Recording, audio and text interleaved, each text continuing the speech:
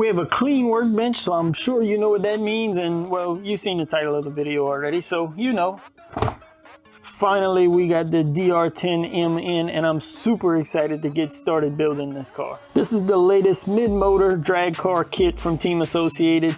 Carbon fiber frame, we're gonna get into this thing. No electronics, no body, no wheels and tires, but that's not a big deal for me. We're gonna pull everything off of my old car. A whole lot of machine parts, all metal drivetrain. I'm ready to tear this box open.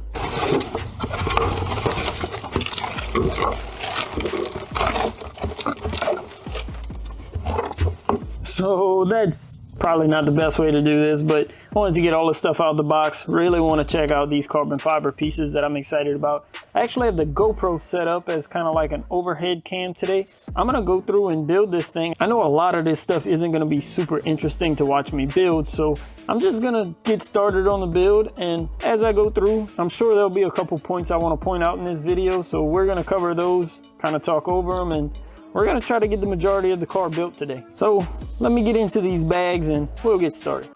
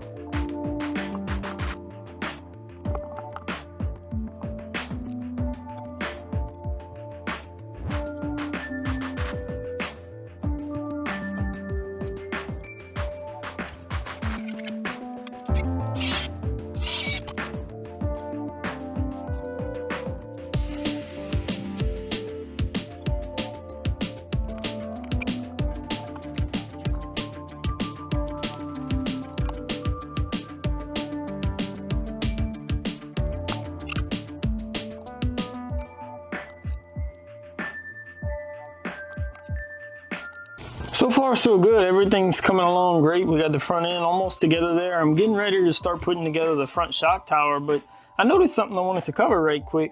This shock tower is extremely similar to the shock tower that's already on my car. My car was a B5M originally that I turned into an SC5M basically with the B5M arms. This tower looks like it'll fit right up there. I'm not gonna pull my front body mount off and everything to actually bolt it up there, but I'm pretty sure it'll bolt straight up there, which means anyone using a B5M or SC5M based car that wants a front shock tower that will have this, what looks like a very nice front body mount, you could possibly have that option of just picking up the DR10M front tower and the body mount system. The main difference in these two towers that I see is these holes here, which is where I'm assuming this front body mount is going to come into play in a minute. Just a quick thing I noticed while looking at this that I wanted to point out.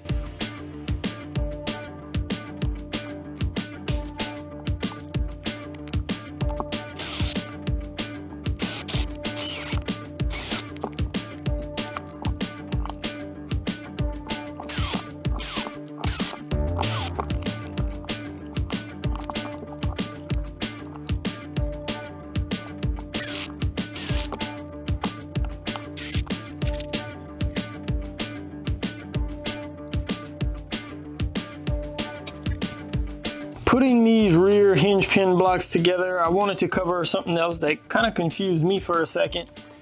In the manual, there's a small diagram in the right-hand corner here showing you which way these inserts are supposed to go into the machined aluminum piece. But the issue is the writing is on the underside of them, the part that pushes into the machine piece.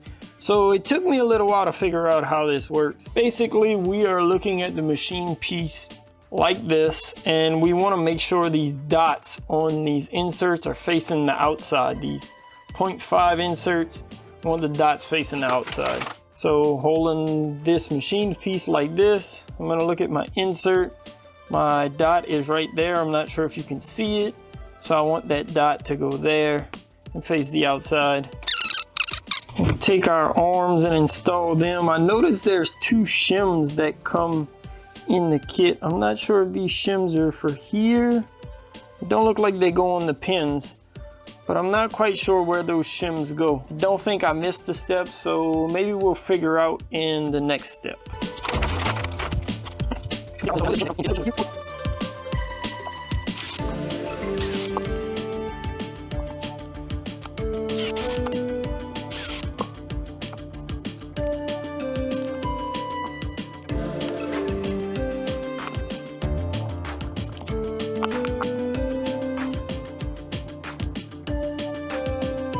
Another thing I wanted to quickly clarify, just because it's kind of hard for me to see in the instructions, when you get to the carbon fiber rear shock tower, you build the tower and you can see there's 2 screws that screw it to this aluminum block in the back.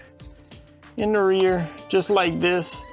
In this diagram though, it's pretty dark and you can't really tell which 2 screw holes you're putting it in. Now that I've done it, it's kind of common sense, but I did sit there for a while and look at it. I didn't notice it until I was putting together the rear body mount actually.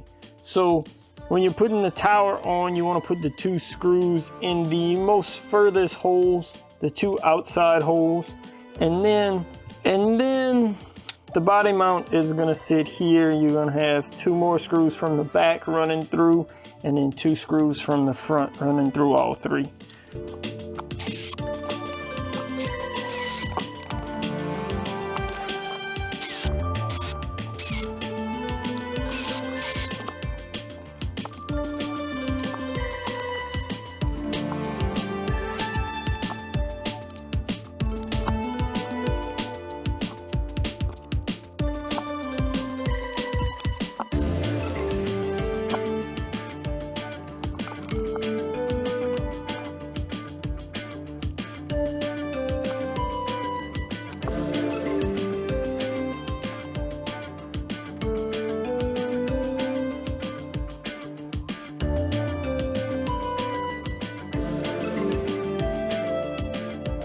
Building out the diff here, just want to cover this as well. They actually include diff fluid in the kit. There's no markings on it, so I went and looked up the part number that's in the manual, and it looks like this is 500K fluid. Based on my experience with my car in the past, I like 1 million fluid, so I'm gonna go with that. Just leave this out to the side. Also, looking ahead, I'm looking at the next step involves putting the rest of the transmission together and installing the slipper clutch and all. And I wanted to kind of point out as well, most of you know that I don't run a slipper in my car anymore. So I'm gonna take that slipper eliminator out of my old car and put in this car. It should fit right on. It looks like the top shaft is the same or roughly similar where it should work. So I'm gonna take that out of my old car and put it in this car as well. So you won't be seeing me build the slipper. Just wanted to clarify that.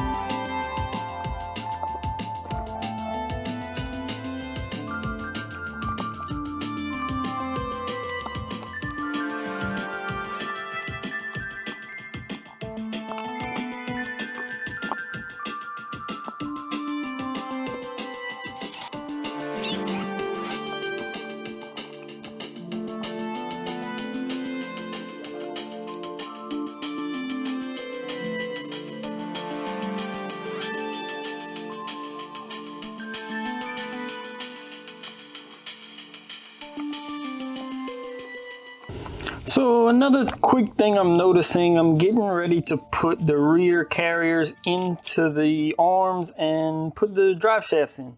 And looking at the instructions, it looks like in the instructions they would show you building what is labeled as the left one. There we go. But looking at the pictures and the way things go in, it looks like the curve of the carrier with the ball stud faces the rear of the car. So the curve of the carrier with the ball stud would face the rear of the car. The issue is this is the left one, and if I put that on the left hand side, that curve faces the front. I'm not sure if I'm reading this wrong or if the directions kind of have that a little confused, but to me it looks like the one labeled L or left would go on the right hand side of the car, and the one labeled with the R or the right side would go on the left hand side of the car. As far as I can see, that's how this should be built. There's multiple pictures showing that. In bag 9 step 2 it shows that, as well as bag 10 step 3. If I can actually show you the picture here. This is the back end of the car. This is the carrier, and you can see the ball stud facing the back of the car, and that flatter spot on the front of the hub is facing the front of the car. I'm not sure if that's a printing error or what, but the left rear hub carrier is going to go on the right hand side, and the right rear carrier is going to go on the left hand side. A little bit of a mix up.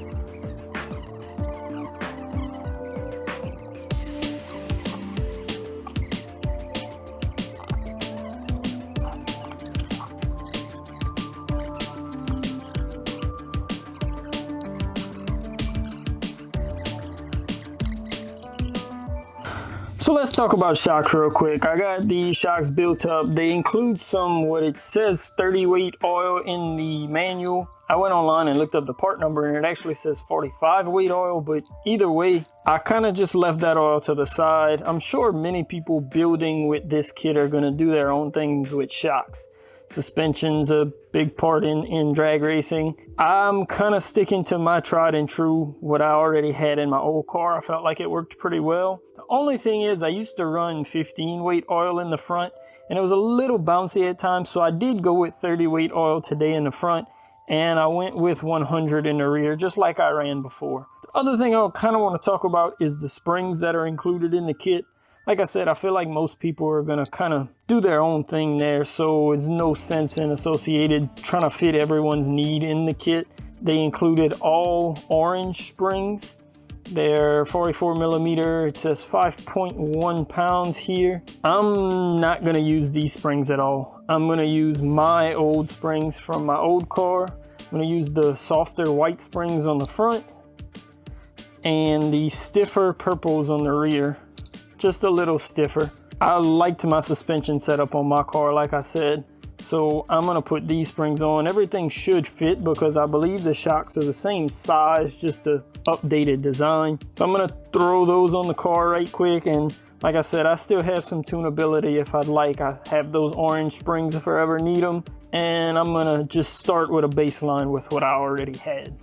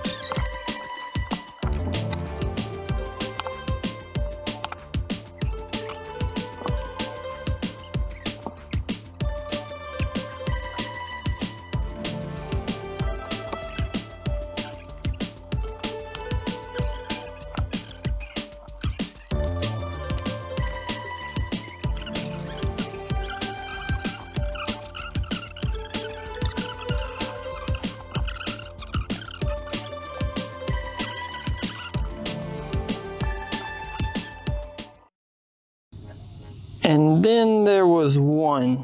All we got left is bag 14 in the kit. I'm trying to get these videos out as quick as possible to you guys though, to show you the build. So I'm gonna split this into two parts.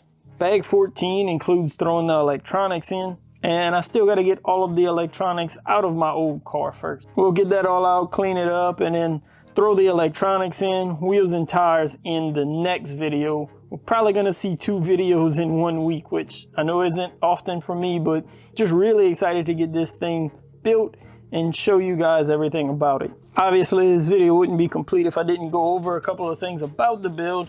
First off, this car is just, it's amazing so far, just sitting on the bench. There's been a couple of times so far that I've just held the car in my hands and said, wow. From the composite chassis, the way that rear suspension and the transmission ties into the chassis, all of these aluminum and carbon fiber parts, everything. You might remember my chassis brace in my old car. This thing is solid. Like, there's no flex in it at all. It's a really nicely built car. Obviously, body mounts and suspension is gonna be tuned a little more once I get the rest of my electronics in the car and the body on the car, get it set down on the ground. The wheelie bar is really nice. It's a little bittersweet, I guess, because I really like my wheelie bar and the adjustability of it, but the length of this new wheelie bar is definitely a plus over mine, as well as these wheels and tires. I'm really liking the way the tire, the rubber part, goes around the wheel. In the manual, it said something about gluing the tires on, but I feel like they're pretty stuck on there.